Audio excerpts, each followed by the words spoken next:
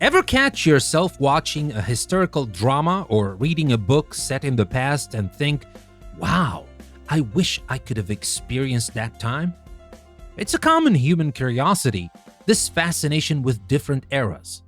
And that got me wondering, if you had the chance to live in any era of history, which one would it be, and what is it about that period that draws you in? Take a moment to let your imagination wander through the vast landscape of time. Do you find yourself drawn to the elegance and artistic flourishing of the Renaissance? Perhaps the Roaring Twenties with its jazz and flapper dresses? Maybe the pioneering spirit of the Wild West? Or even further back to the age of ancient civilizations? It's interesting, isn't it? How different periods in history hold such a unique appeal for different people. What is it about a particular era that captures our imagination and makes us long to experience it firsthand? For some, it might be the sense of romance and chivalry associated with the medieval period, the tales of knights and castle, the grandeur of royal courts. There's a certain mystique to that era, a feeling of adventure and perhaps a simpler way of life, at least in our modern perception. Others might be drawn to the intellectual ferment of the Enlightenment, a time of great scientific discovery and philosophical debate where new ideas were challenging old traditions and shaping the course of history. The opportunity to witness such profound shifts in human thought could be incredibly exciting. Then there's the allure of the future. Now, while the question asks about living in any era, it's tempting to consider what it would be like to experience a technologically advanced society. Perhaps one where we've solved some of the major challenges facing humanity today. The possibilities of space travel, artificial intelligence, and medical breakthroughs are certainly captivating. But it's not just the grand historical events or technological advancements that draw us to certain eras, is it? Sometimes it's the cultural atmosphere, the art, the music, the fashion. Think about the vibrant energy of the Victorian era with its intricate social customs and burgeoning industrial revolution, or the rebellious spirit of the 1960s with its music, social movements, and sense of cultural upheaval.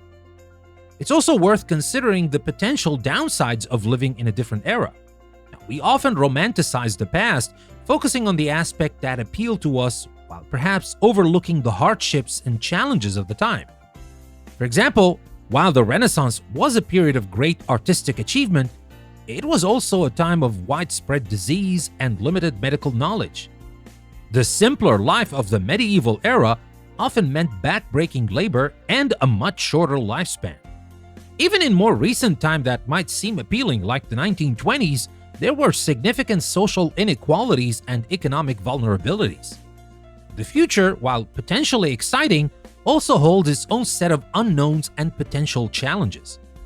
So when you think about your chosen era, what are the specific things that attract you? Is it a particular historical event you'd want to witness? A certain artistic movement you'd want to be a part of?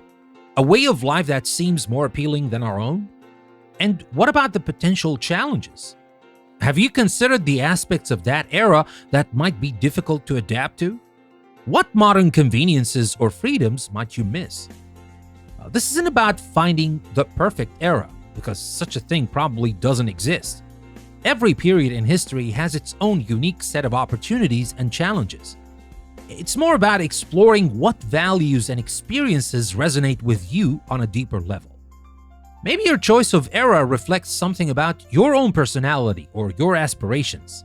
Perhaps you're drawn to a time of great creativity because you're an artist at heart. Or maybe you're fascinated by periods of social change because you're passionate about justice and equality. So I'm really curious to hear your thoughts on this. If you could choose any era to live in, which one would it be, and what is the primary reason for your choice? Share your reflections with us in the comments on the podcast itself, on our website at EnglishPlusPodcast.com, or on our Patreon page. Let's take a trip through time together. And my friends, if you enjoy these short episodes from English Plus, you will love our longer episodes, audio series, and courses on English Plus Podcast. So to find out our latest content, head over to EnglishPlusPodcast.com, and while at it, consider unlocking access to everything English Plus Podcast has to offer by subscribing on Apple Podcasts or Patreon. Thank you for listening. I will see you again soon with another intriguing short from English Plus Podcast.